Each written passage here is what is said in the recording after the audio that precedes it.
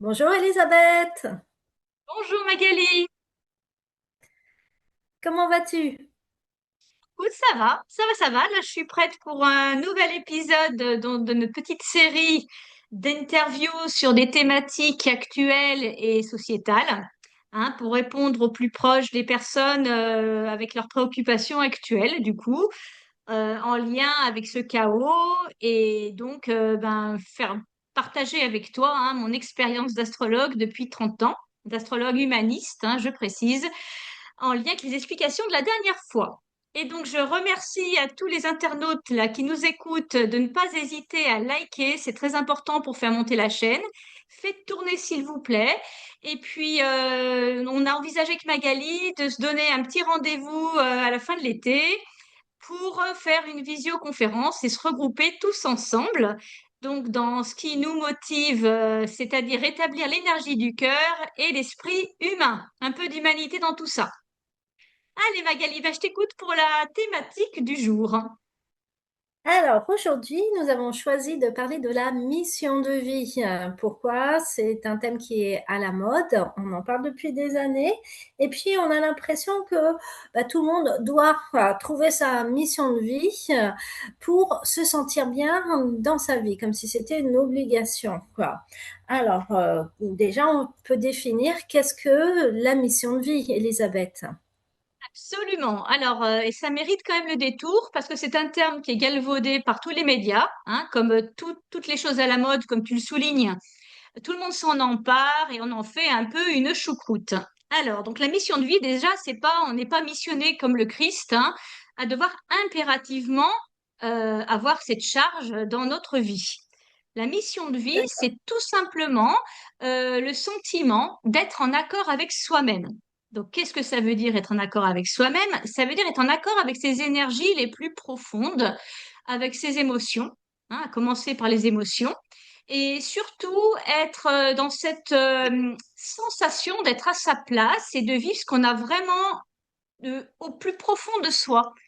Alors, j'ai expliqué juste quelque chose par rapport à justement à l'être humain, puisque on peut pas parler de mission de vie sans parler d'âme. D'accord, Ok. Magali?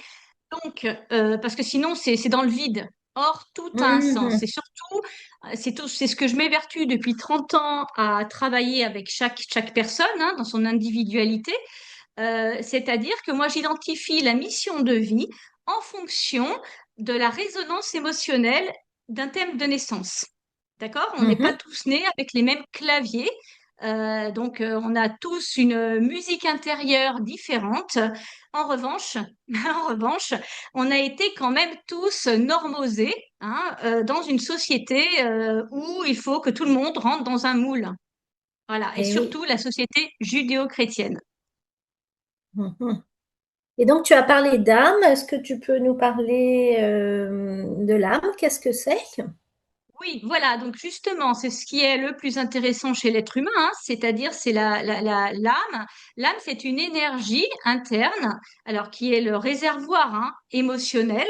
Donc ça vient, hein, du latin anima, qui veut dire une animation intérieure. Donc par définition, l'âme, ce n'est pas palpable.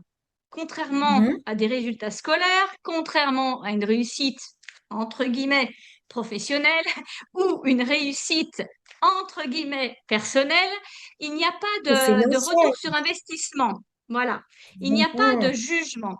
L'âme, si tu veux, c'est ce que l'enfant a de très spontané, hein, quand il est petit, hein, la petite enfance.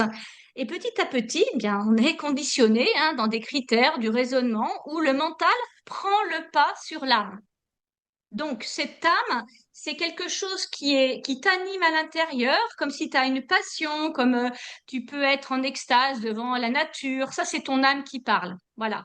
Ok. En revanche, si tu me dis, voilà, mon chiffre d'investissement est de 3 000 euros, là, on n'est pas du tout dans la parole de l'âme. Mhm. Ok. Donc, voilà. Et aussi, autre chose, là, ça c'est sur le plan, on va dire plan numéro un, d'accord, pour faire comprendre à tout le monde que tout le monde a une âme. En revanche, il y a différentes notions de l'âme et ça, je vais en reparler ultérieurement. Là aussi, je veux ajouter un deuxième point très très important, c'est que l'âme est un réservoir énergétique, ça je l'ai dit, mais qui inclut aussi les mémoires de l'inconscient. D'accord? Si tu Mhm. es attiré par le dessin, ça c'est conscient. Par contre, s'il y a quelque chose en toi qui, la nuit, te fait dessiner des choses complètement, on va dire, d'un niveau d'un peintre ou d'un dessinateur, on va dire, confirmé, là, c'est ton âme qui va exprimer un potentiel qui ne t'appartient pas, on va dire. Enfin, il t'appartient sans t'appartenir. Moi, c'est ce qui m'est arrivé à l'âge de 13 ans, hein. Je faisais du dessin automatique et je Mhm. réalisais des œuvres, en fait,